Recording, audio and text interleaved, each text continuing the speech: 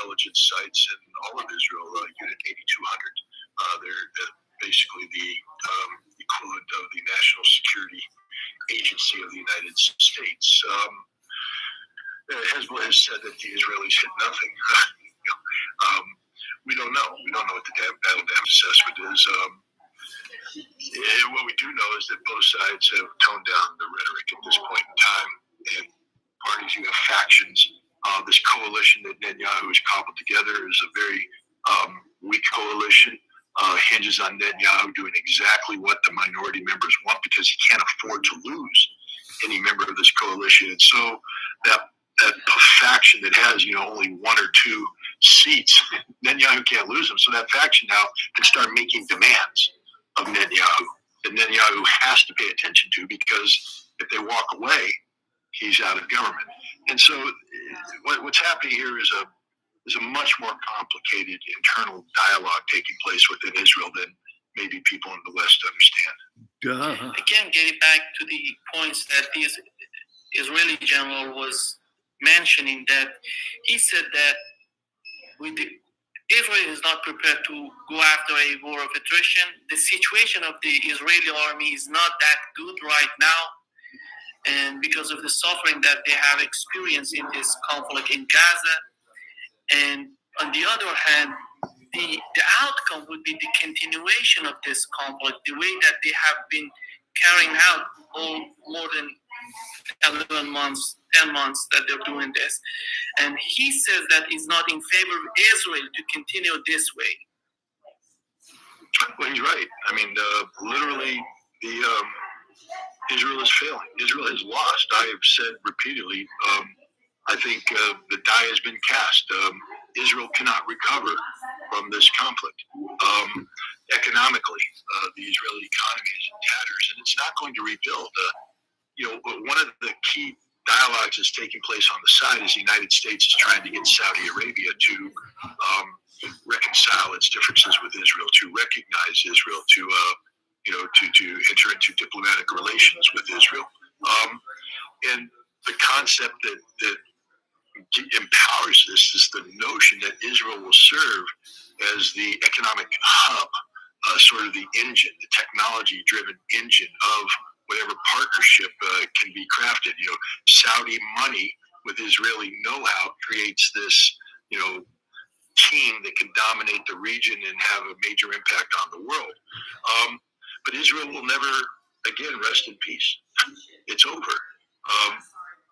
Gaza has proven that. Until there's a Palestinian state, Israel will never rest in peace. And if Israel's not resting in peace, then their economy can't recover. Their economy right now is devastated, gutted, billions of dollars of losses. So the Israeli society is deeply fractured now.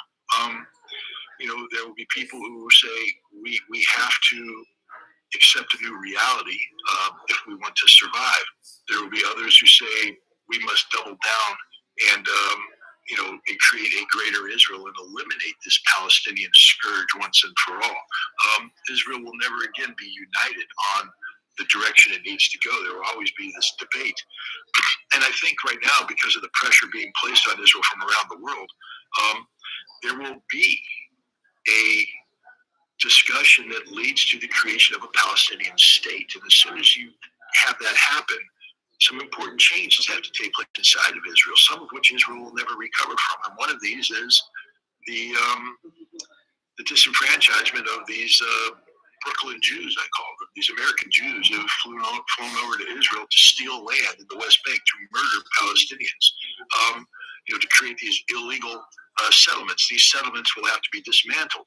This will cause huge domestic problems, maybe even take Israel up to the brink of civil war. And basically, all of these factors are creating in Israel that is not a safe place to live, is not a good place to live, not a good place to raise children. And I think you're going to see millions of Israelis who have dual citizenship flee Israel.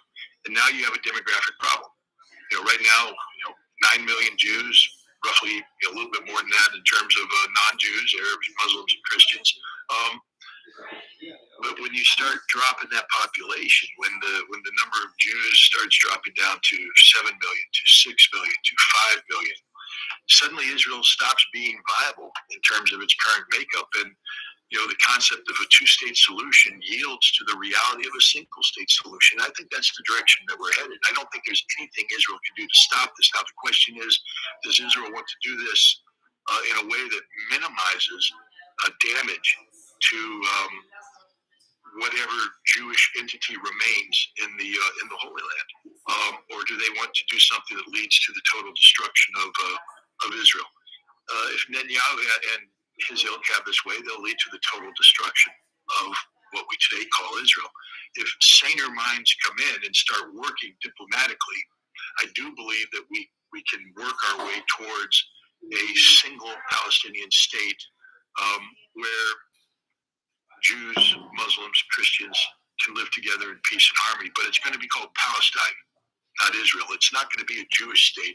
It's going to be a state dominated by Muslims, but hopefully a Muslim state that respects the Jewish faith, respects the Holy Land, and the Jewish role in the Holy Land, along with the Christian role in the Holy Land. In some way, they can all get, this is pie in the sky stuff. Right now, it seems like it, but that's the vector. I think that's the direction that this is headed. This notion of somehow Israel emerging from this stronger, more unified, part of a broader coalition of Arab nations is fantasy. That's what the Abrams Accord was about. Hamas's attack on October 7th sunk that ship.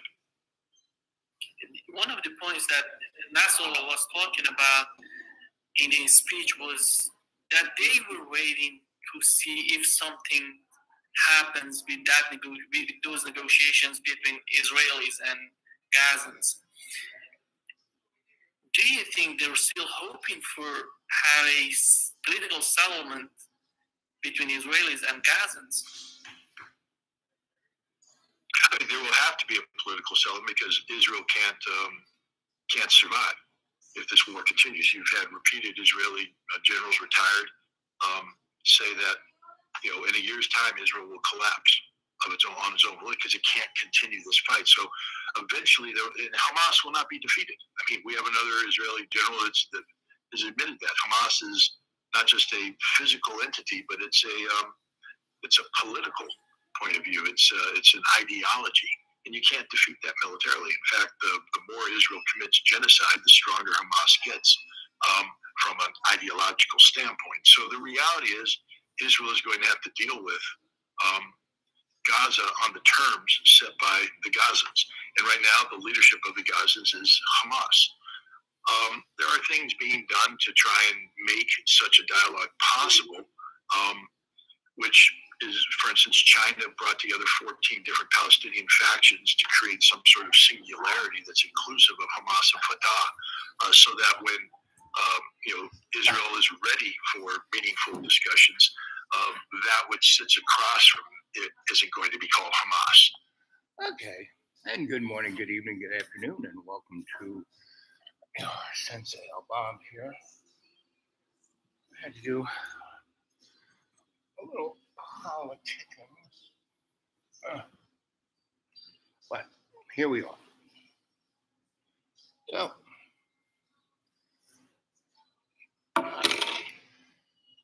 what do you want to talk about? Let's see. What's Jamie got to say? No. Whatever. Compassion goes a long way to healing the hearts of the wounded. That's true. Empathy and humility are the things that we need now.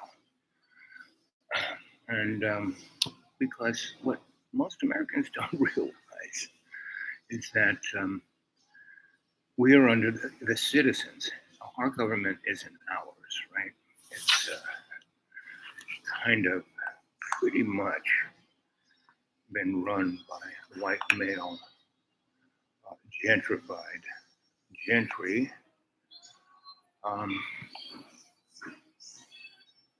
And like the founding fathers, like Christopher Columbus, about those kind of guys, like the Vatican Pope. who in the 1400s had a papal bull stating demur, meaning the ownership of. And basically, the Pope said that white European male corporate nation states could go into any place on earth. And the Vatican knew the earth was round. The Vatican just kept John Birmingham, additional videos. And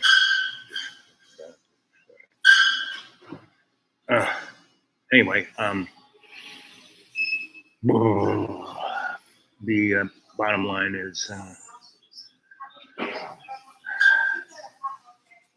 this way has been this way. I mean, the Christian Catholic Church, the representative of what was called Christianity,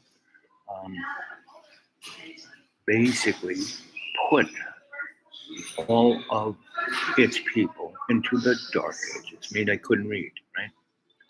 And so that's why the King James was written, 500 years later, was a vehicle to start the public reading again, at least the middle management, because even the middle management didn't read. The middle management, the guys who were the priests out there, they didn't read, they parroted what was given to them. And even the people who were copying the Bible, that's why the Bible, I mean, if you really want to know the Bible, you have to go up there between Turkey and Afghanistan and Pakistan, up there where the Bohemians were, and all the very interesting folk who were the Greek motif, right? The folks who knew Jesus, where all the mystery schools were, right? Jesus learned how to bring people back from the dead. Jesus wasn't the only one to do that. John the Baptist did it. He did miracles, but he wasn't Jesus, right? And so when Jesus showed up, everyone thought John the Baptist was Jesus.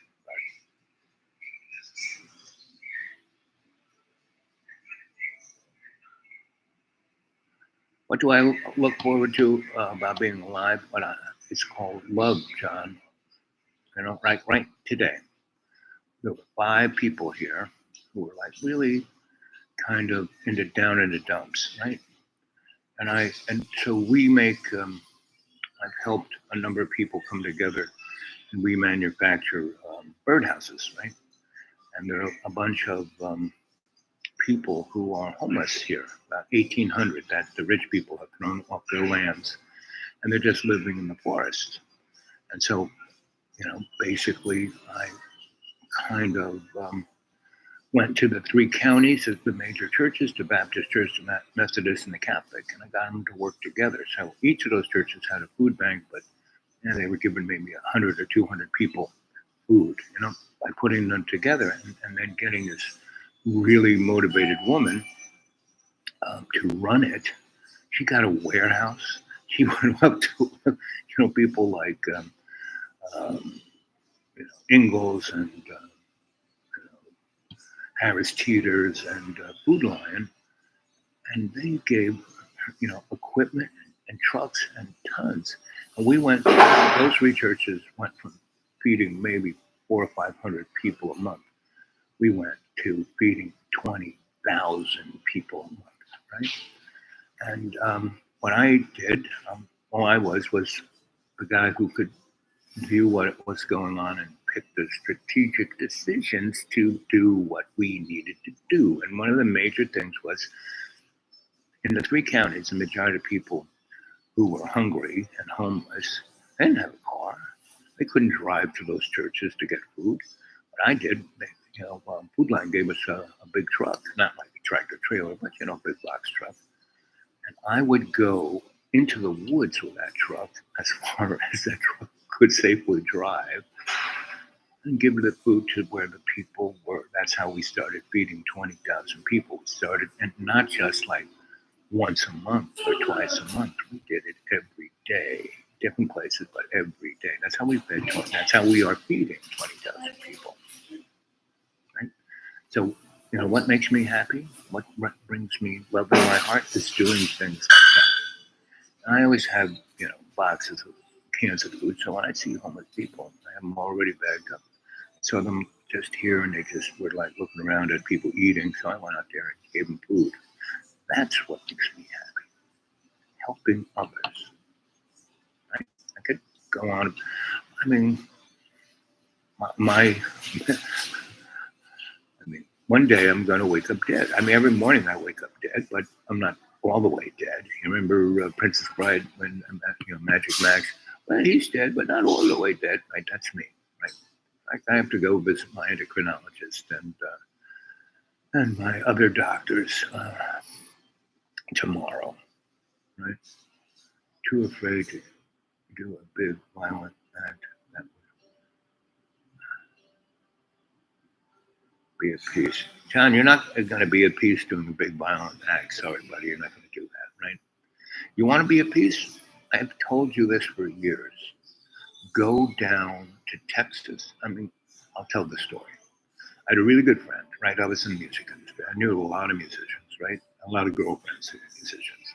So, and I grew up in Harlem, so I knew a lot of black jazz musicians, and I built in a lot of nightclubs, a lot of fancy restaurants, and blah, blah, blah, right? So I had a good friend, and he had a great, one-man act, single man songwriter, and went around, and he would open and he would, do pretty big shows, right? And he'd come out there and he'd tell funny jokes and he'd make people laugh and he'd sing songs, he'd make people cry, and then he would bring on the big act, right? So he did that. So I knew him from Vermont, and he had a beautiful wife and beautiful kids, and she was French, right? And so they had a beautiful farm, and she was running the farm and doing all the farming stuff she wanted to do. She was happy, she had kids, but he was never there. And this girl was quite sensitive, so she knew he was fooling around, but he's a musician, she was fine. But then he got to be an alcoholic, and then he got to be a little rude, and then he got to be self-centered, and then he got to be, all of that. And then one day she said, fine. And she just gave him the papers, and she took the kids and went to France. That was it. And had sold the farm because it was in her name. I mean, she was, he came and the moving trucks are there, and he's looking at, where's all our furniture? She goes, I sold it all. So she went home with like, $300,000 or $400,000 and left him without even a place to stay. Right? And she just wait, all the moving trucks are the people moving in, and she had the police there, and they served him with the order of protection, all this stuff. And she just went to Boston, got an airplane, went to France. And so he just got himself an RV and just started, doing music around the country. And he basically one day landed up on my doorstep in Lynchburg, Virginia, right? And he was a trash dude, right? So, and it's very much like that. I want to kill myself, blah, blah, blah, blah. I said, no, you don't, and this is what you're going to go do. What am I going to do? He goes, I go, you're going to clean yourself up. You're going to stay here. And you're not going to, from this moment on, you're not drink anything. You're not going to, you're going to lose about 60 pounds. You're going to help me, wire this building. And you can stay here. And you have money. I know you have money. You're going to go cash in. Okay, that's for my retirement. Well, you want to die. No, forget about it. What you want is to get back your wife and your kids, right? So go get your agent. You want to do a European tour in about 6 months. Right now, it's about, it's about this time. It's before Halloween. And so I said, you're going to stay here until spring, until April, May, June. Have them start booking up from June. and you've been in Europe, you've got your passport, and go have him do all the arrangements, have all the shows, all the transportation, get him to rent you an RV, right? And then what you're going to do,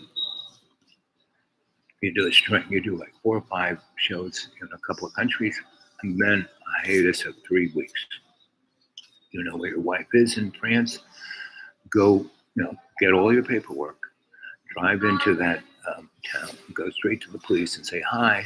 And you speak French, so this will work fine for you. Show them all your paperwork. Say, my wife lives over here, and I was a really stupid jerk, and she divorced me, took everything, came back here. I want to reintegrate myself with my family. I have this RV here. I don't want to, do anything disruptive for you or her, anybody. I'm just gonna park my car closest to the house, so my kids can come visit me in the most legal place. And I told them to do this, to go, and I told Johnny Boy to do this. And so he went and did all of that, and he went over there and did the first 3 shows, had some money, had a bunch of things lined up, and his, in that 3-week period, he went to the town and talked to the police and said everything in French, and they said, oh, yeah, we know your wife, she's really nice, she has a bakery shop, blah, blah, blah. So they said, fine, yeah, that's a great idea, because she is kind of lonely, and she's not picking up on any guys, and so, and your kids are great, and yes, it's a great idea. Yep, we're all for it. So they let him park like, a block away, but right on the police chief said, we can park here, and it's great because your kids go to this school. They'll walk right by your bus. So he did. And, he went over there, school out. He's got a little umbrella. He's got a little chair, a little table. He's sitting right there. The kid's kind of walk by. Dad, what are you doing here? And he says, well, I've been really stupid. And, I miss you guys. So I booked myself a tour here. And I have 2 weeks of tour and then 3 weeks off. 2 weeks of tour, 3 weeks off. And I'm just going to come here and be with you guys those 3 weeks. And we're going to do whatever you want. And it's all up to your mother, right? You can hang here and we can talk, and then, go home so she doesn't worry. Tell her that, Dad's here, and you give her this letter, right? And, so, he does, they do. She gets the letter, she reads it, she comes over and goes, okay, this is good, but we're not going back to the way it was. No, we're going to just see how it works. No, I'm not going to get upset. It's great. The kids need you. I miss you, but you're staying in this thing. We're over there. You can't come to the house unless I invite you. Right? But the kids can, it's pretty nice. You're right on this, right on the path to school. You can, you know what? Why don't you make breakfast for them every day? That way I don't have to. And he goes, sure, honey. Yep. Mm-hmm. And so they do that. It took him a year of doing that, right?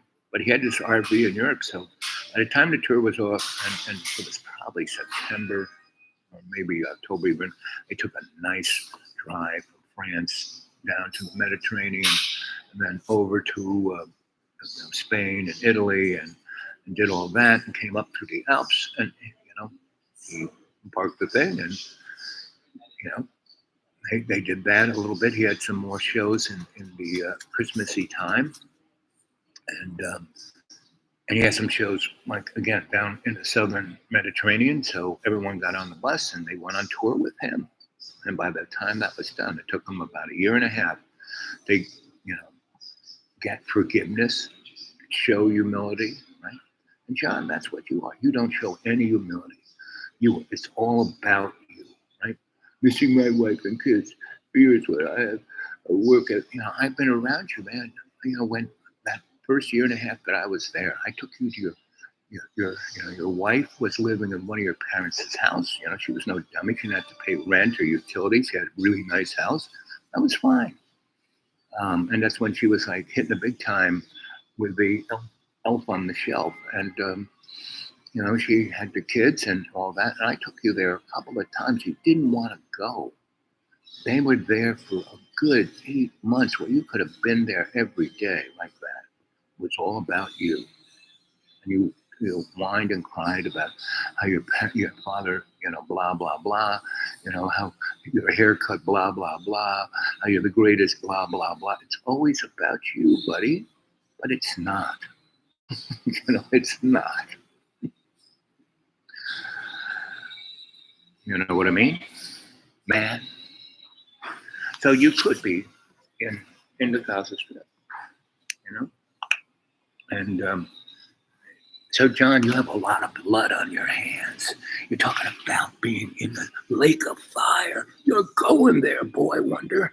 Get off your ass. Stop thinking about yourself and put some of Jesus' love in your heart. Your heart is as black as a piece of coal. That's you, Johnny. You are Satan's. You are controlled by Satan. Satan. That's you, buddy. You are controlled by. Every time you say praise God, praise Jesus, praise, you are committing a mortal soul because you are taking the Lord's name in vain, buddy.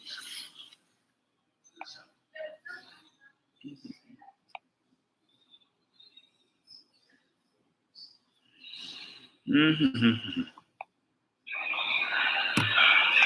Frank Sinatra, but the magic to Joaquin and why he's so brilliant is he brings so much emotion to it. And it's hard to believe that when you hear Frank Sinatra sing it, that for once in my life he found someone who moved him. It's hard to believe that that's really the first time in Frank Sinatra's life he found somebody. It is so true. With Joaquin, you just believe it. As Arthur, I should say. When Arthur sings it, you believe that he has finally found someone who needs him, and that has never happened to him before. So the point being, while Joaquin will never be Frank Sinatra, nobody would be, when you sing with that kind of emotion, in some ways it affects it. For me, it affects me more deeply than even the Sinatra version, which I always loved. And what about those chords behind it? So that's, us basically rearranging the music, and we do that with, of course, Hildur, who was our composer on the first film, actually won an Oscar on the first film. She's brilliant, and so we'll do like a standard arrangement, and then I kind of coined this term, okay, now let's Hildurize this and add some of the music again that Arthur would be hearing in his head to this version of the song, and it kind of becomes its own thing. Yeah, very dissonant. Okay, so here's For Once in My Life, sung by Joaquin Phoenix. Let's go, boys, it's showtime! Wakey, wakey! Wakey, wakey. Hey, come on! For once In my in my life, I I have have someone who needs me. Someone I need so. go once in my Unafraid, I can go where life leads me. So now I know all these shores.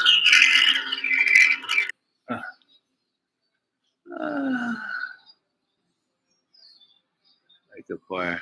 What a joke. People like to believe in that control crap. Yep, that's all it is, buddy. It's control. I mean, you just have to look at what the Catholic Church did. I mean, it was the Holy Roman Empire. They were pagans. And they weren't even good pagans, The Greeks were better pagans. But, if you read Thucydides, the Peloponnesian Wars, where Greece lost what it was because they had to go and do what Israel is doing to the Gaza. They went into the boot of Italy, to those islands there, and they went after those folk because those folk were more, almost, what would you call them? Druids. They were more druids. Right? Like my grandma, she was, she came from those islands, and, people thought she was Sicilian, but no, she came from those islands. She had red hair, really alabaster skin, and beautiful blue eyes. That's where I got these eyeballs from. My grandma, Italian grandma. Right?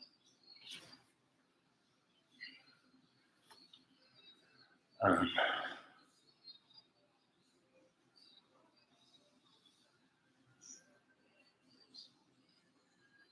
yep, yep. If you visited Vatican City, it's full of pagan symbology. And baby, what's underground there? It's like St. Patrick's in New York. That's the American version of Vatican City. It's right, I mean, right across the street from right, the Fifth Avenue, right on the east side is the edifice of St. Patrick's. These gigantic, big bronze doors, right, and right in the middle, they open up, right, and you look straight down at the cathedral. There's the big altar with Jesus up there, right? Well, if you were to get up on a ladder and look at your eyeballs, and those doors are open, it looks straight across Fifth Avenue, right at Rockefeller Center. And in the area of Rockefeller Center, um, it's Fifth Avenue, and walk in, and there's a big lobby, but it's set back, and there's like the ice skating rink over here, and a fancy restaurant right there, and a kind of little parky thing. But if you were looking right through Jesus's eyeballs, straight across, there is the Roman symbol of the God of who holds the earth up, right? And he's totally naked up there. He's holding this big bronze, it's this statue of earth, right? And at that age, pagan mythology, mojo kind of stuff. I don't know what is, right? So, and my godfather, Cardinal Cushing, 3 hats from the Pope, who's my, godfather. He baptized me. We visit Vatican City full of gargoyles. Yeah, Atlas, that's the boy. So Jamie, here we are in this very interesting time. This is one of those motif times where, historically, like 2000, it's one of those times. But that's a faux version. Boy, most people knew that. The people who were behind that was the IDF and or the occult side of the IDF and Mossad. They're the guys who took the building down because they were using, they bullied, what are they called? Solar Warden. We have our, pretty much all the stuff that people think, oh, those alien flying saucers. No, that's our stuff. And we've had it up there, since the 1890s. There was a group of German scientists in the United States that came here and went out to the Southwest and had their own. And that's why, one of the reasons why Tesla went to Colorado Springs, because underneath Colorado Springs were all these caves of ancient Atlantean cities that were down there. And if then why don't they let people ride down the full length of the Grand Canyon, right? Because right along that, river there, that's at the bottom of the Grand Canyon, is a basic Atlantean city.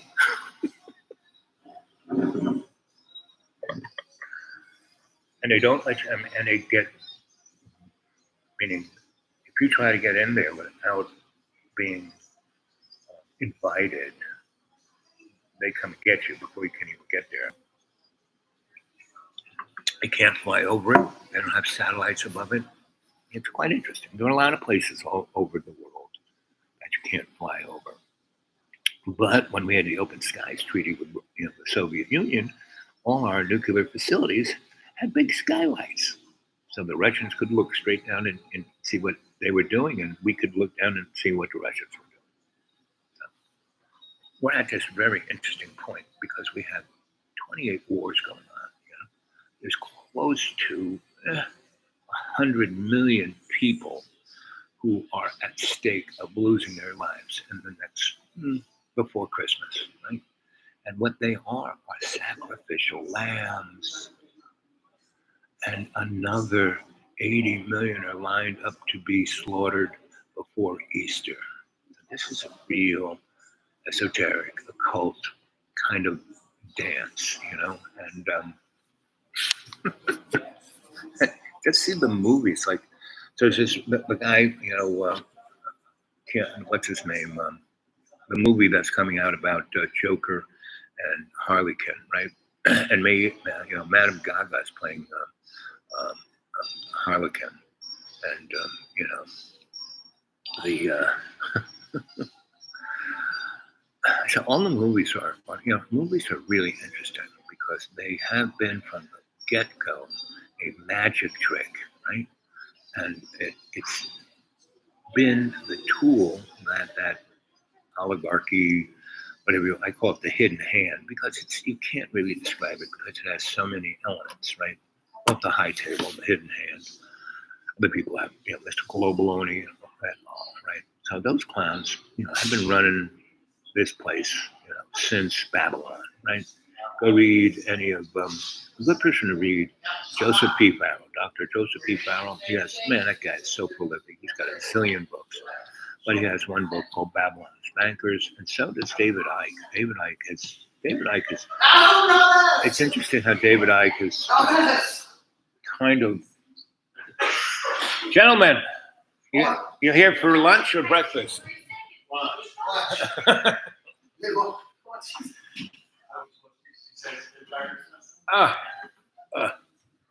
Anyway, so films are quite exotic.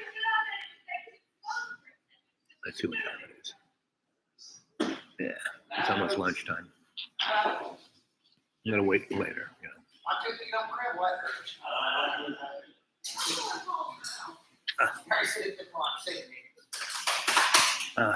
Ooh.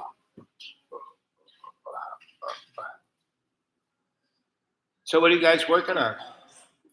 Actually, they did everything. We've stained the fence, pressure washed the awning. Oh, you're working on this place. Yeah, we work for Sugar Hall. Oh.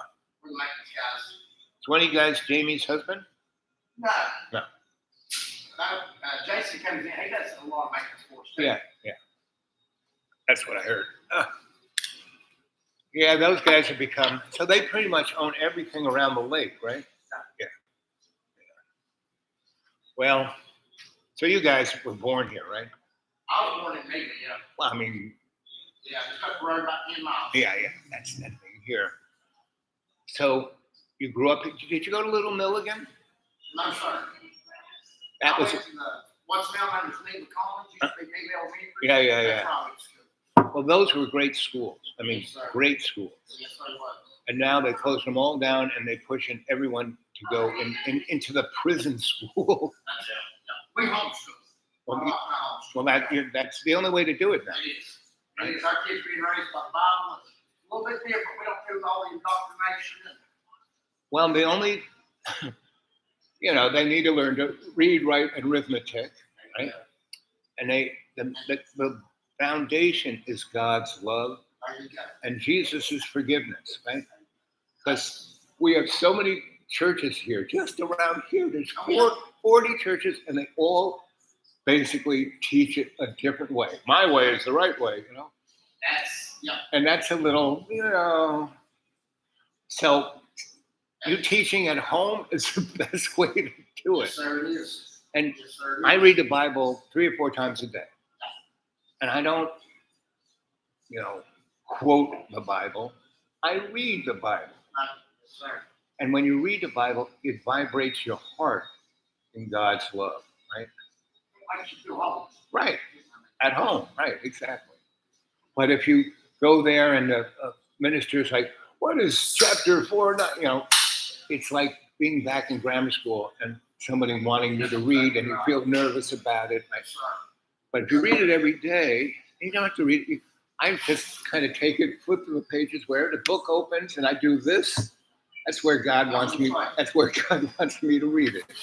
I got an Apple on my Bible app and I have a regular verse of the day that comes up every morning. Well, that's I have something like that too, and that's nice.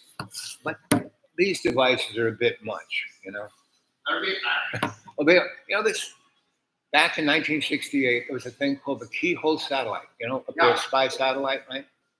That's what this is. Google should be paying us.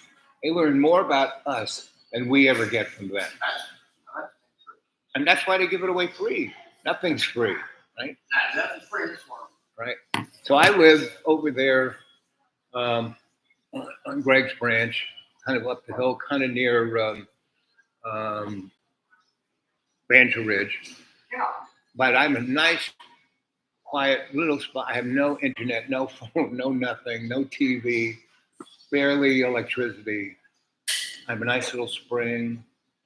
That's all man makes him say. Yep, I got a little. I push my toilet off the water off my roof into a cold. I see my wife talk about that. The big homesteaders. Yeah, Sort of go back a little bit. yeah. Man, But you know what that does? that be living right there. Well, but what it does is, so my lifestyle isn't convenient. I got everything I need, but it's not. So when you're not convenient, your convenience is going to be the end of humanity. Yes, it is. Yes, it is. I can agree with you on that. Yeah. Because my latte isn't this isn't goat milk, half cream. It's like, give me a break. I'm just happy it's coffee. I want it now. Right now. People don't have patience no more. Oh, People yeah. don't understand that. Or humility. Come here, Flash. All right. So that's what I. What flavor are you going for today? It's pretty sure that this are Yeah, no, that's probably getting the rest of her life. quarantined for a few thousand years, at least, if not longer. And then they must overcome the various on their own ticket. You got it. That's it, right? And that's why religions want you to be perfect. You can't, right? You can do your best, right? Just like I just did. Whew. That's why I shake the leg while I was sitting out there and blowing the tongue bar. Oh, so let's see. I told you the story about my friend that John could easily do. I said I would go with him, but see me. John has not, because he's so stuck into his hubris, so stuck into his ego, that for all the years I've known him, he's never really changed. Well, he is, and he has a certain level of. He used to smoke, and he used to drink, and he used to drink coffee, and coffee was like his crack cocaine. But he's cut those down, right? But he's kind of substituted other things for it, right? And so, and see, that's what addicts do, right? And so I used to be a counselor. I used to be a shrinky boy. But see, my thing was I studied things. So I went and worked for entities that had 12-step programs, and I would study how they do it and look at their protocols and da. So I learned all that stuff. I ran groups all. And at a certain point, people thought, well, but you never really were drunk and you never did this. And I said, man, I've been around so many. It's like having it there. And the bottom line about any addiction, it's basically kind of a habit.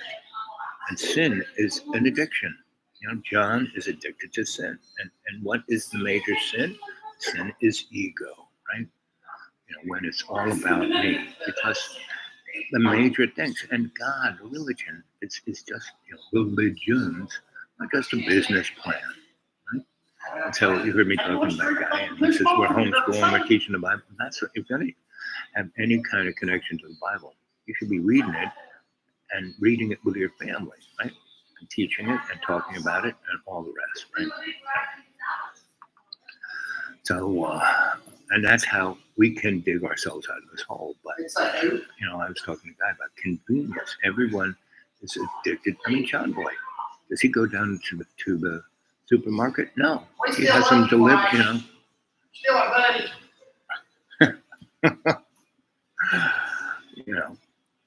He gets, every time the supermarket people come up, he gets about $500, $1,500. He doesn't even put it away. He throws it on the floor and it rots, right? Now, I have no refrigeration, so I only have $70 for food for a month. That's it. That includes these breakfasts, $70. right? 6 times a year. And so that's how it goes. So this costs $7, right? And sometimes people buy me breakfast, especially if I wear my FBI hat. You know, when I go into Boone and they have a Cracker Barrel there, right? I always wear my FBI hat, and 99% of the time, someone will buy my meal because that's a very Bible Belt kind of place. But I love Grandma's sampler, right? I don't do that more than 3 times a month, give or take, because it's almost 60 miles. You know, it's like $2 worth of, $3 worth of gas, $6 worth of gas round trip. Right? So I was in Ashpit for a day or two at my friends, and that was kind of fun. And that town is so liberal. It's my friends had a dinner party, and so who are you going to vote for? No, they didn't say that. You're going to vote for Kavanaugh, aren't you? I said no. You're going to vote for Trump? I said no. Who are you going to vote for? No one. I said, guys, I've stopped voting. I think the only person I ever voted for was what's his name? It was during the Vietnam War. He's Democrat. He was up against Richard Nixon, and so I voted for him in the the primaries, and then I actually voted for Richard Nixon because the Democrat guy, after I voted for the one, what's his name? I forget his name, but he was a pretty righteous guy. But he came, so like I told you about, I had a friend who was the political fixer. So she brought me to a dinner party, up on Fifth Avenue. I wore my suit and I talked to him, right? And I talked to him about, so what's your, I was trying to find your platform, what you're doing. I said, what's the Democratic platform? I said, Democratic platform is what LBJ had. You're still, no, I don't want to be in the war. I want to get out. And I said, so how are you going to do that? How are you going to get the Congress to go along? How are you going to get the military-industrial complex to not kill you like JFK? And he nearly shit a brick.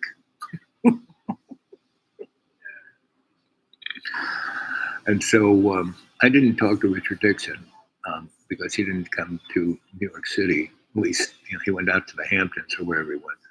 But on B.B. Rebozo's boat, and so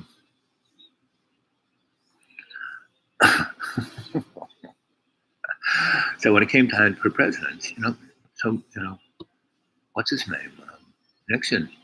Nixon started the EPA. He started the pretty much all of the social safety net. He started Medicaid, Medicare. He started, you name it. If he ran today, they'd call him a communist. So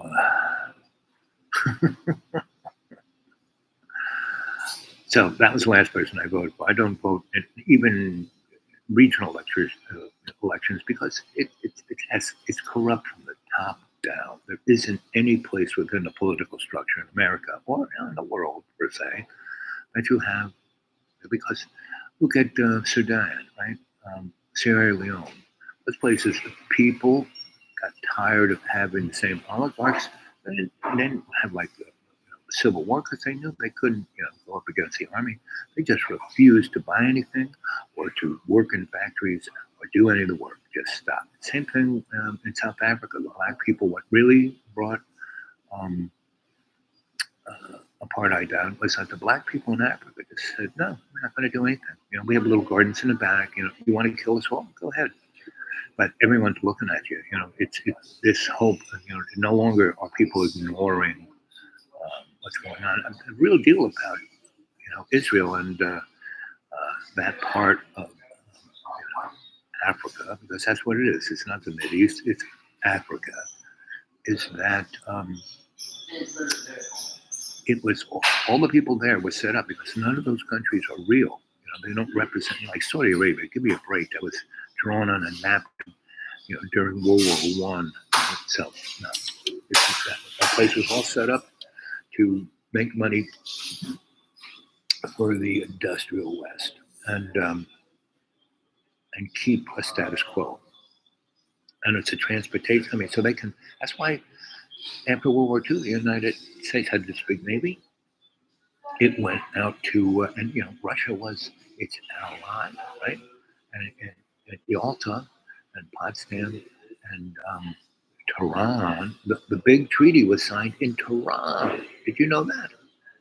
That picture of FDR and Winston Churchill and Joe, not Biden, but Stalin, which they split up the world. And they said, okay, well, you get all of Russia, right? You get the whole East. You're already there. Just stay there and, put it together, make it your little fiefdom. And we need you as a loyal opposition. We need you to be the boogeyman. Commies, commies, commies. And 3 years after that, good old Winston Churchill went and made a speech about there's an iron curtain rising. Right? Well, that was the deal. And so America was the last, industrial nation. Didn't get bombed. Has this gigantic military. Has this great production machine humming along. Well, they want to keep it coming. And so what they did to the rest of the world, that was in shatters. Okay, we're gonna have a new reality here. We're gonna build a planet of norms, and we're gonna have guardrails. And we, the U.S. Navy, has the biggest Navy, and we have these aircraft carriers. So what we're going to do is we're going to secure transportation lines, right? And we're going to help everybody who wants to be manufacture stuff. One place that needed rejiggering was Southeast Asia. That whole area: China, Vietnam, Thailand, Burma, Cambodia, India, and Japan. Right, that whole. And so Japan, we were there in a big way, and we got them, up and running like within 6 years, right? And Japan became the first China, and that little teeny island, right? Because they didn't need to have an army. We're going to protect you. They didn't need a navy. We're going to protect you. And so they put all their industrial might into making. They're the guys who invented container ships, right? And so from 1950 something until 80 something, they were China. They were the second largest, second to, by GDP, they were number 2. By size and weight and all the other stuff, they were number 3. It was the United States, Russia, or the Soviet Union, and Japan, right? And they got a lot of money, they invested it, and then they had a crash because we rejiggered it, and Mao died, and we made this deal with China, and China took over that. See, Japan already knew that, and it was getting its shit together to, instead of making crap to be sold in Walmart, they made the high-end stuff. The Sony guys, the chip manufacturing. And then they realized their chip manufacturing was kind of at threat. So they were the laboratory. They were knocking out some pretty hefty technology, and they sent it to Holland and the Netherlands to be the major manufacturers of the machines that make the chips. And then they put the chips. Now, Japan didn't do this. This was the high hand, the high table, right? This is the guys who did it, which we don't ever see. Klaus Schwab's and Mr. Rothschild are the closest, and the other guys, the new Turks, Elon Musk and Micro Penis Boy Billy and Faceless, what's his name, and the guy who sells you abusive stuff immediately. All of those guys, yeah, they got a lot of money. They got stuff, but they're just poster boys. They're just cutouts, right? And so this whole thing is it's just gaslighting. So between now and and Easter, the war, and then just because look, uh, Israel did all this terrible stuff to Iran. We're going to get you. And Israel expected them to do it immediately. Well, they're not. They're just holding back. Every day that they don't attack Israel, the United States has 3 aircraft groups. We have 180. We have close to $1.5 trillion worth of assets just hanging out in the Red Sea, the Mediterranean, the Black Sea, and they're vulnerable. Aircraft carriers are meant to be out there in the middle of the ocean, right? Not being vulnerable, with millions of miles of sea all around them. A place like all of those aircraft carrier groups are like within 200 miles of some coast. Like the Hutus could sink, the Gerald Ford, if they got lucky. And the longer that those American guys, are on those boats, because they can't go on, they got to stay there. The longer they've already been there for about 4 months, and they're just going to stay there and it's costing the United States close to $1 billion a day to keep that Navy there and to keep sending Israel bombs and bullets. And we send them about $1 billion in cash a month because their whole economy is shot. Because all the movers and shakers, all the guys who were the entrepreneurs, about 1 million of those folks have left. Because most of the people, the Jews in Israel, they all came from someplace else, the United States, from London or Paris, or they all dual. Whenever you hear about anybody, they're got dual citizenship. They just get on an airplane and go back to their house in London or New York or San Francisco, and 1 million of them have already done it, right? And thousands leave every day until Israel closes its border to its people. They do that. You think Israel's political system is a hornet's nest now? Wow. So what then are you going to do then? Then they're going to have to have that, lock their people in, but start arresting their own people. They already got 500,000 people every weekend screaming, "Get rid of Netanyahu!" And Netanyahu's going to keep these wars going because it's the only thing keeping him in power. Because his little tribe of whack jobs,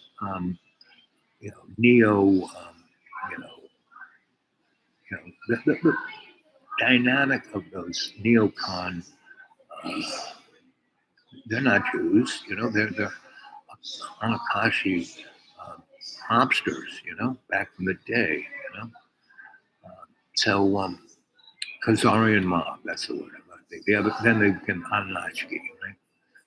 And they became the Jews because they had all this bling. And when the kings of Europe, who those guys were, lending the money for their wars at big interests, so what are you guys? And they said, we're jewelers. And that's how Jews came to be known, because they were always the Hebrew tribe. They were never known as Israel until Exodus. Read your Bible. Read your Bible. So here we are, 58 minutes, 4 of you there. So Israel just whacked Beirut in a big way. Killed 500 innocent people, about 90 children, 100 women. And Israel said that they were all terrorists, right? And that was in Beirut, not in southern Lebanon, but Beirut, right?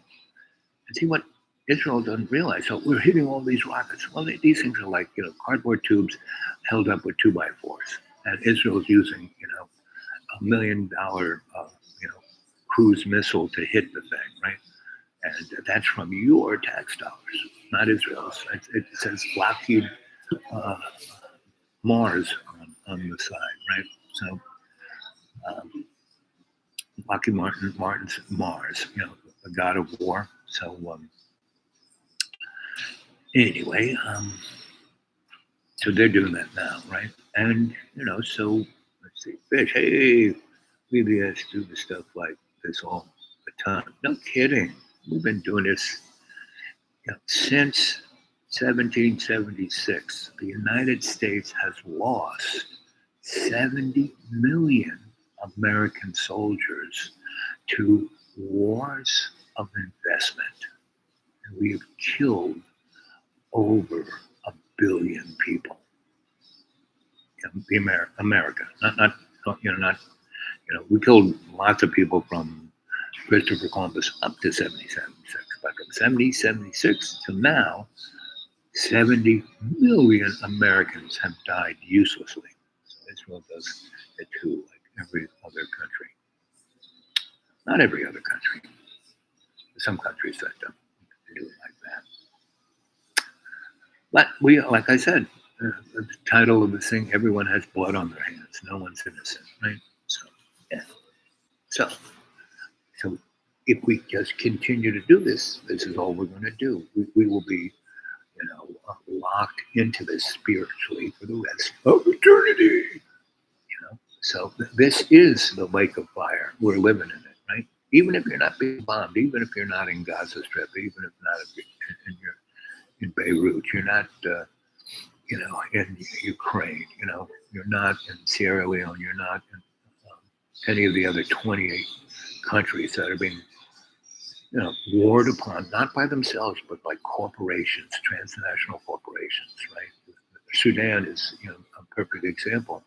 That army fighting the rapid force. No, those guys are representing the European transnational economics who want all that oil, all that gas. They just want to kill all the people, just like Israel's killing everyone in the Gaza Strip so they can take the land. The Greater Israel Project. Right? That's the only security. Israel kills all of the Palestinians. Right? Kills them all. Can't do it. They're not gonna die. They're like cockroaches, right? Good cockroaches, not the cockroaches I have to do. So the best we can do is to inform ourselves into what's going on. And fish, you're right in the catbird says, you get to see the supply chain. You kind of know what's going. I mean, if you were to pick at it with an attending eye like I have, you could see everything, right? And you do. I know you do. You just have this attitude of, well, everyone does it, so why don't we? We're America. That exceptional motif. That's the thing we have to get over is that exceptional motif. Right? It's not up to us. It's up to unconditional love's manifest. Right?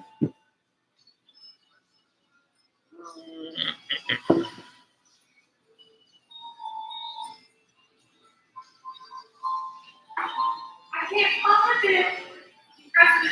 Mm-hmm.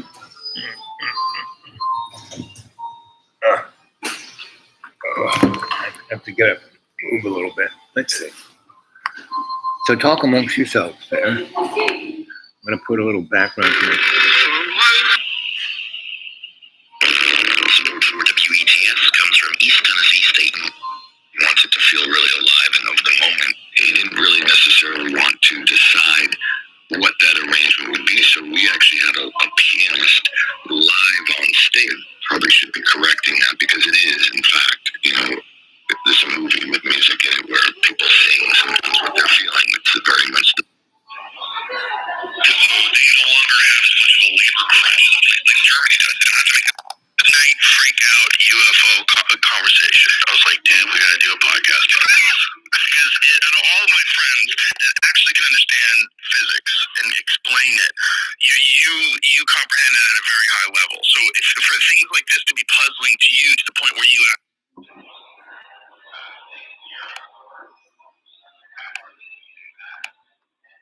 and in many cases, especially recently, the troubling part about all this is it's not even people who we vote for.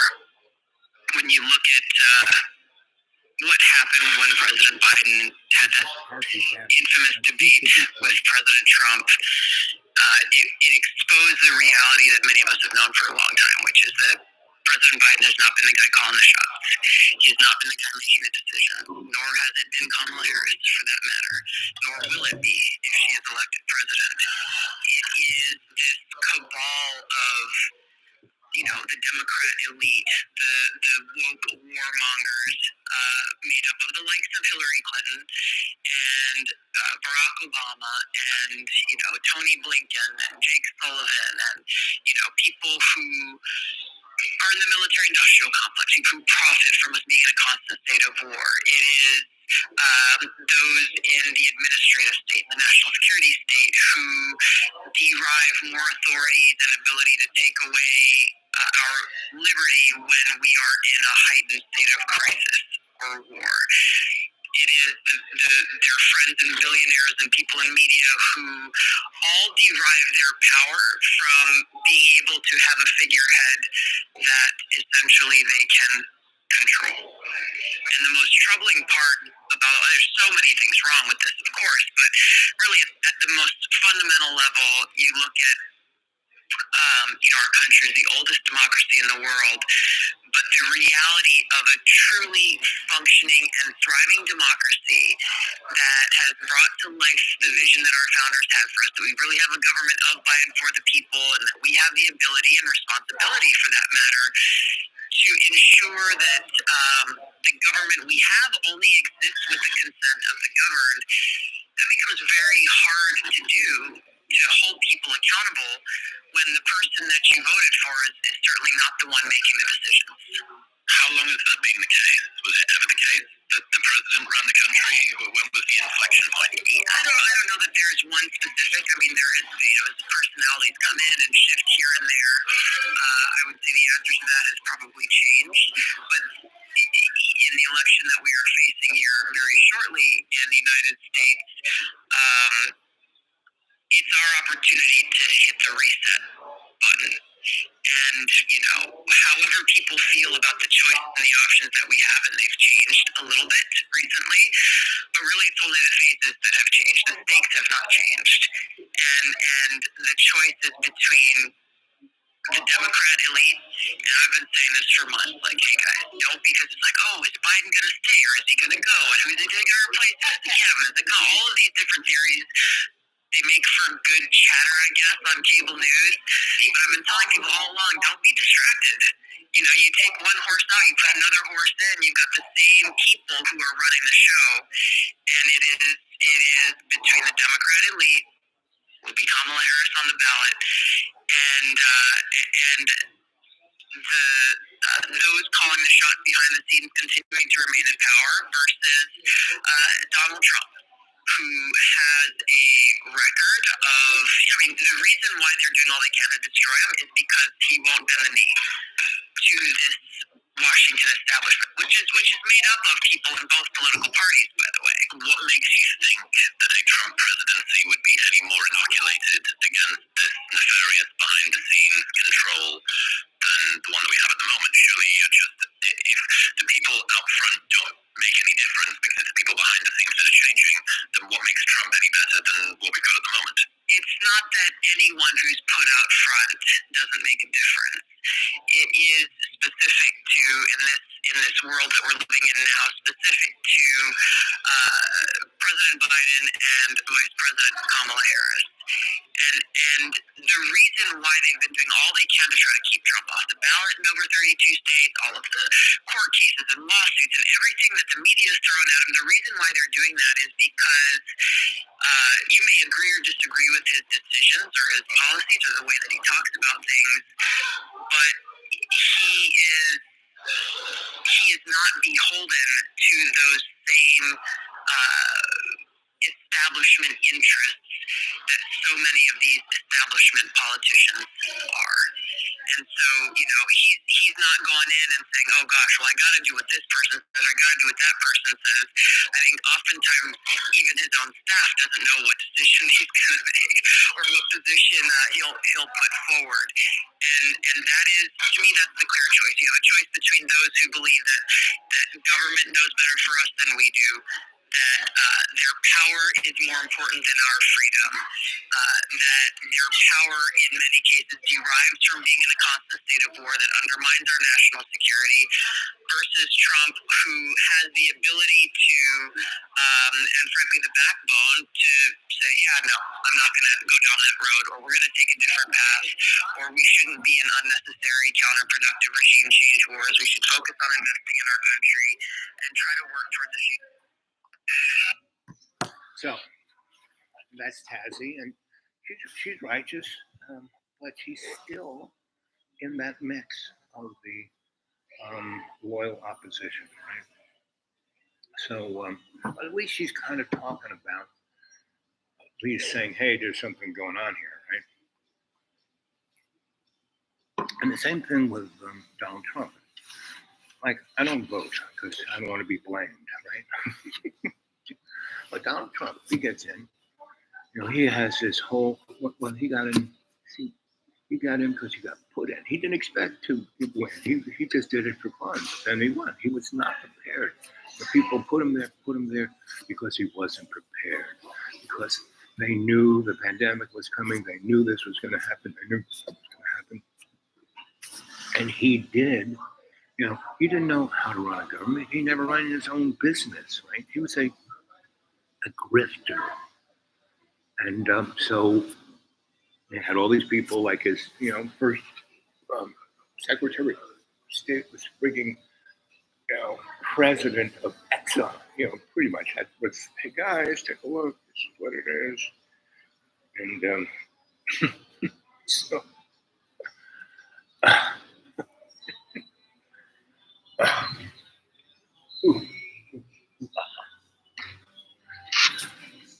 so Donnie gets in. So now, instead of being manipulated by these cabal of people around him he didn't even know, and he just kept firing him, and that was fine by them because they wanted him in there for chaos, because they were starting the clock, right? And so he did all that chaotic shit. He got all these crazy people on the courts, and he tried to take a sledgehammer to the bureaucratic mess, but he had no idea how it worked. So he chipped at this, chipped at that, and he basically said, "Hey, we're going to go down to NATO. We're going to," everyone's what? All those guardrails were being pulled away, and to get ready to have these two wars. He set up what happened, but Obama, what happened at Minsk in 14, which is what gave us Russia invading Ukraine. And who was vice president under Obama?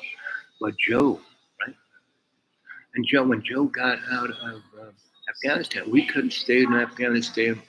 They had 2,500 people there, drones, and some other hotshot equipment there, and we could have kept the status quo in Afghanistan, but we didn't want to.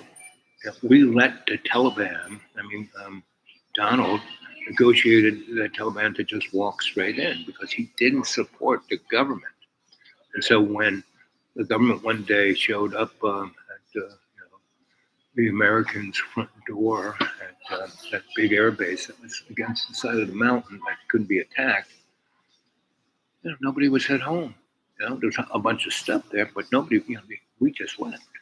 Didn't even turn the lights out. And that's when the Taliban came in 3 weeks later, because the government of Afghanistan was like, uh-oh, and they just left. They took all the cash they could take to that suitcase and got on their private jet and went to Monaco, And that's what and that was organized. And that was organized during Donald Trump. And Donald Trump didn't even know he was doing that. That's Donald Trump, right? So Donald Trump is going to get, I would say it's more than, if I were betting that, I would say 60% chance Donnie is going to win, 30% chance that JoJo will pull the trigger on martial law because he's still president. He just, in July, signed the executive order to bring back the Patriot Act 100%, meaning they can go into and you don't need, there are no laws anymore. Sorry. Yes. There never were, but now there really are. And so that's 30, 60-30, and 10% Cami winning, right? Because she is, if you look at her, she is a empty cardboard box. Thank you, Donna. You know, this is the best sauce for those things. Really? Yeah. I kid you. It's like somewhere between sour cream and salsa.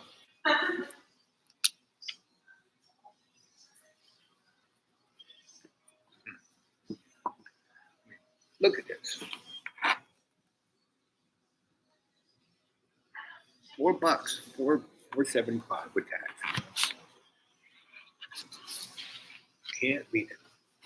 And at breakfast, $8 plus, you know, good coffee too.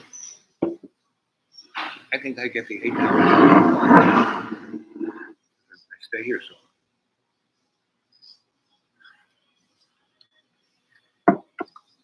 Those are really good beans. Yum, yum.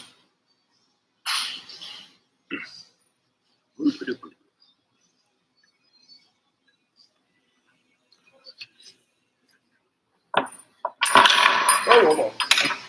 Get up there.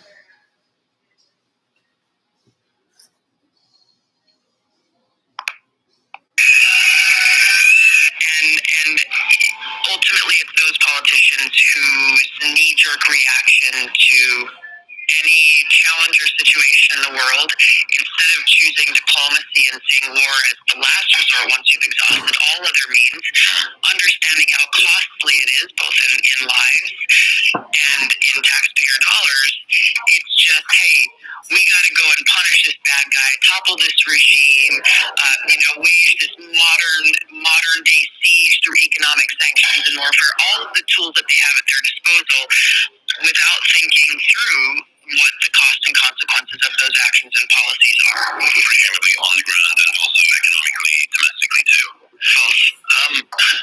It seems that these people, and it's, by the way, it's not reflective of, I think, especially over these last 20 plus years, the vast majority of Americans, regardless of political party, are sick and tired of this. So their view is not reflective. They're not, oh, well, this is what the quote unquote people want. It is ultimately, it goes back to this kind of cabal of power that they're trying to hold on to. Do you think that those people I struggle to find or meet people that are genuinely evil? There's people that have got goals and then they're kind of risky and frivolous en route toward getting those goals.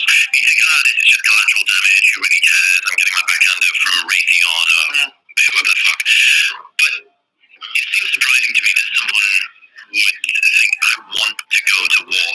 So do you think that these people that are passionate for it genuinely believe that it's in the best interest of the country? Have they been able to gaslight themselves? It's Stockholm syndrome from whoever is sort of continuing to fund them? Other media outlets report 100 people were killed in the wave of strikes today, 400 more wounded as the Israeli army steps up pressure on Hezbollah. United Nations Chief Antonio Guterres told CNN he feared, quote, the possibility of transforming Lebanon into another Gaza. Earlier today, Israel instructed residents of southern Lebanon to leave their homes if they live near any site used by Hezbollah. Israel sent text messages, made phone calls to tens of thousands of people, and what Lebanese officials decried as a form of psychological warfare. This is a Lebanese shopkeeper in Beirut. I say this is the beginning of the war. Definitely the beginning of the war. This comes after Israel killed at least 45 people Friday in a massive airstrike on a densely populated residential neighborhood of Beirut. The dead include 16 members of Hezbollah, including 2 senior commanders, Ibrahim Akil and Ahmed Wafi. Lebanon's transportation minister, Ali Hamdan, condemned the Israeli attacks. The big highway going out in Beirut. All these people, right? 4-lane highway, they're all going out, right? Really to no place, right? So they're going up there into the hills where they're going to be sitting ducks. And the road now is just maybe 20,000, 30,000 people. that Israel has to do a few F-16s, some napalm. So it's going to be a lot of dead Lebanese.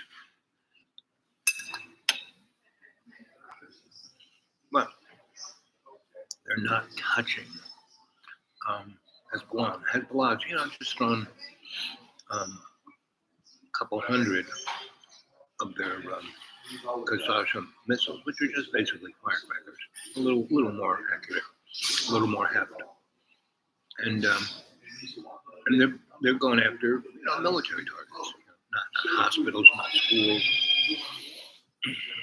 not people's homes like Israel is in Beirut, and they want to do to Beirut what a few years ago there was a big warehouse full of fertilizer, right? And it blew up and took out a third of Beirut. And my sources said that had a lot to do with the more secret element of the IOD, the IOF,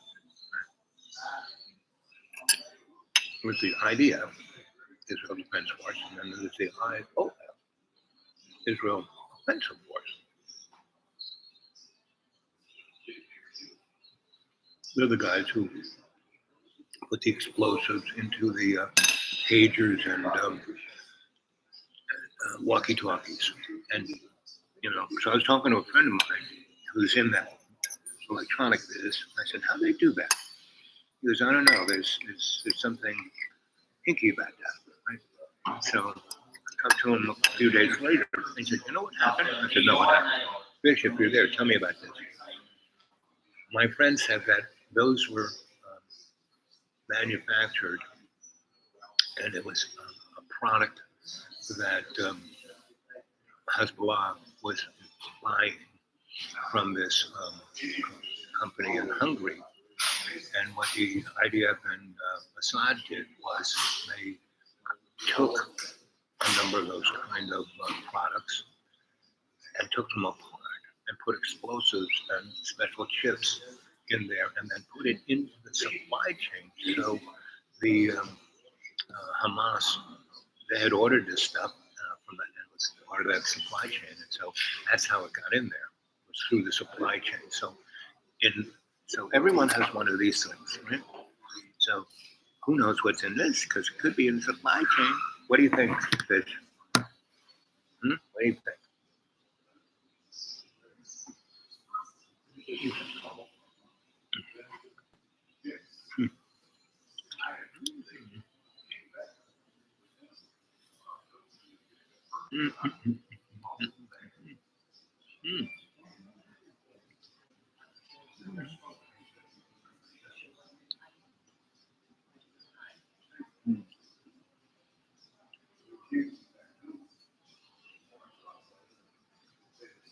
Hey, like, them people live in tents like animals. Not so much. They live in apartment houses. I mean, all of Gaza was apartment. They weren't like living.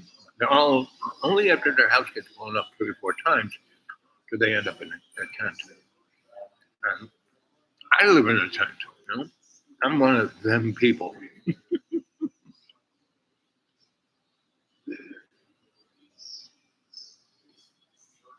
Not so now. That's right.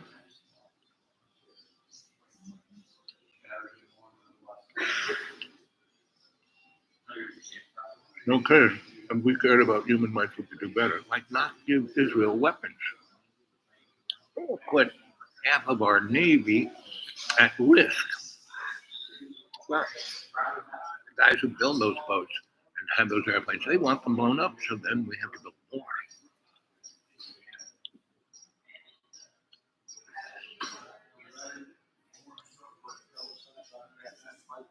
Now, these guys have good tacos.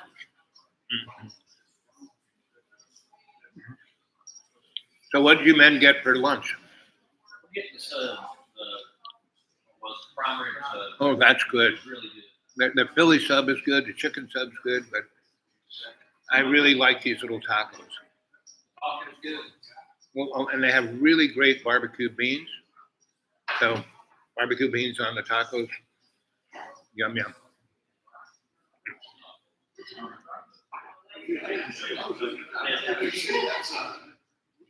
I want to come down here and try the ribeye. Oh, yes, you should. Is it good? Oh, yes. Yeah, but you know what? If you're a brisket guy, they have barbecue brisket that'll blow your mind. Really? Yeah, that's. Woo. I mean, I can't afford it all the time. Like once a month, I splurge, and but I can have lunch here.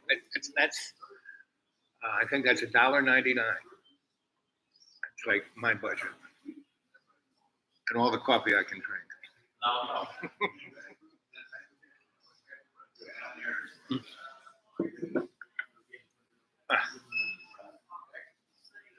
So, did you guys ever try, whenever you come and sit down for food, and not touch your cell phone? Man, no, no, I always looking at the weather. I got 60 yards concrete poured in place. Oh. Always looking for this rain to come. Well, that's a worthwhile thing to look at. So, what's the weather say?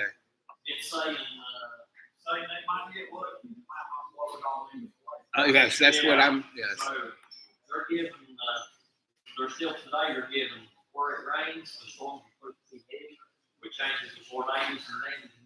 What time?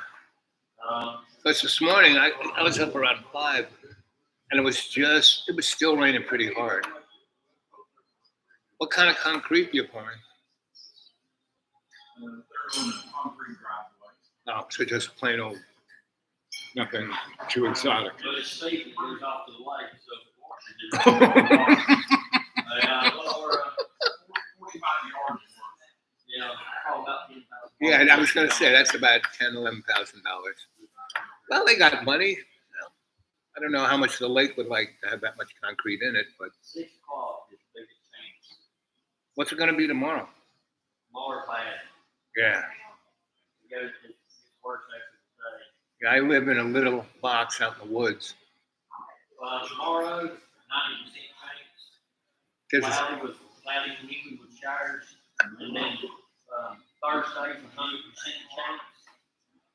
And then Friday is when the hurricane's coming in. Yeah. What is it going to be windy or just a lot of rain? Windy, lots of wind. Oh, that's not good. These trees are all dying around here. There's going to be a lot of trees on the ground.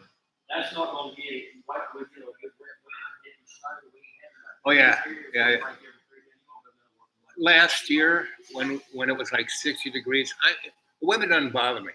But when it was like 60 degrees below zero for like 3 weeks, Yeah. that was a bit shit. It was a bit nippy, but I lived through it.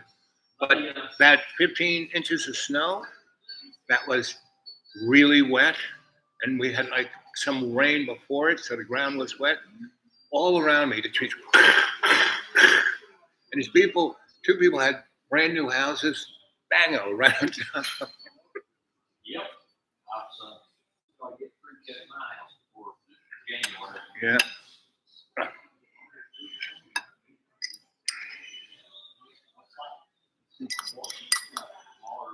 Do you have mostly poplar around your house? Poplar trees? I mean, what kind of tree do you got? Around my house, I cut everything a long time ago. The maples had started growing up. Mhm.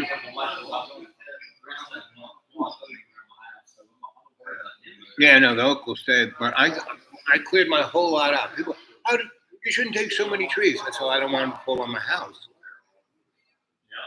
I mean, those suckers are like weeds. I mean, I've been here 25 years, and I left, so I'm in a holler, so I'm surrounded by mountaintops, right? And those poplars were maybe 20 feet. Now they're like 120 feet. They're still just far enough that they do fall over, they're not going to get me, but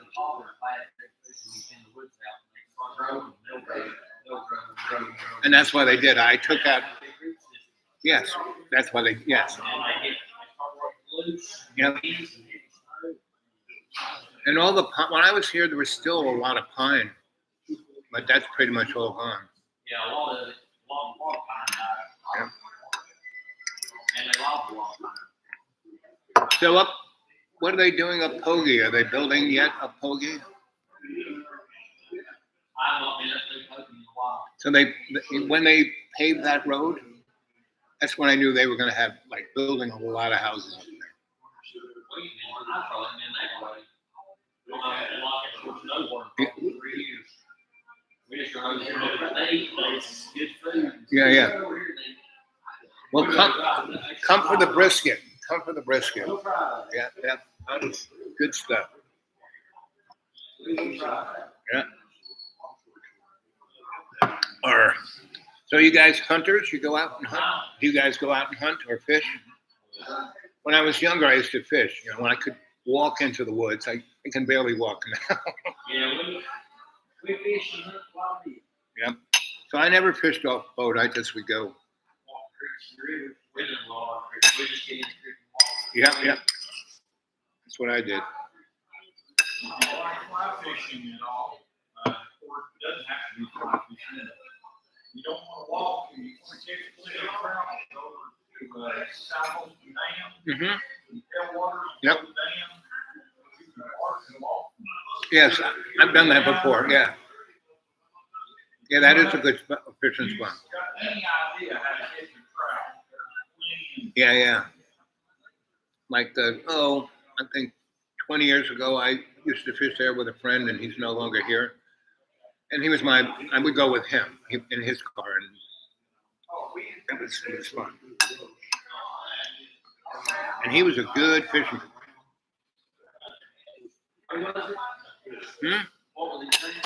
Oh, what was his name? Gerald? What's Gerald's last name?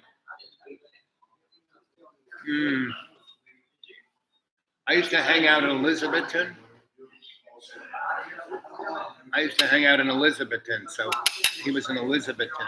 Yeah.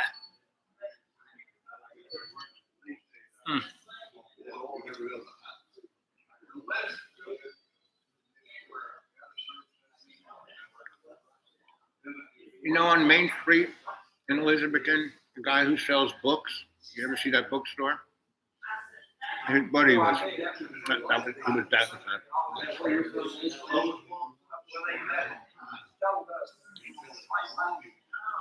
I'm from everyone. My dad was in the Air Force.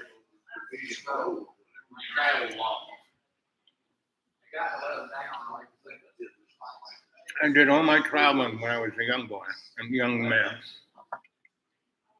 Too many people wait till they get old to try and do traveling. You should never do that.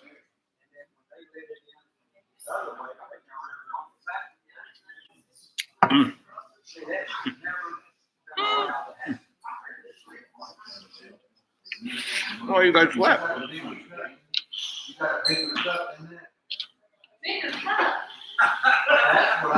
What time is it?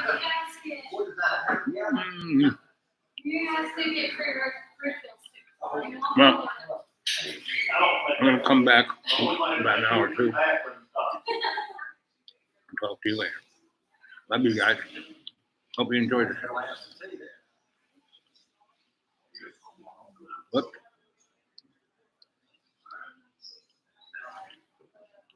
There's the wrong button.